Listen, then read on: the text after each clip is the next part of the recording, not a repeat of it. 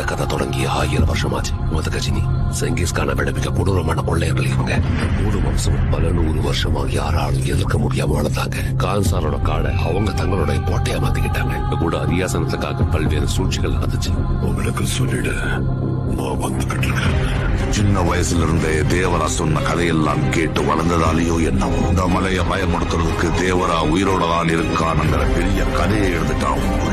ஒரு பக்கம் அரியாசனத்துக்காக மொத்த கான்சாரும் யுத்தத்துக்கு தயாரா இருக்காங்க. ஆயிரக்கணக்கான சௌரியங்கர்கள் அரியாசனத்தை எரிக்க தயாரா இருக்காங்க.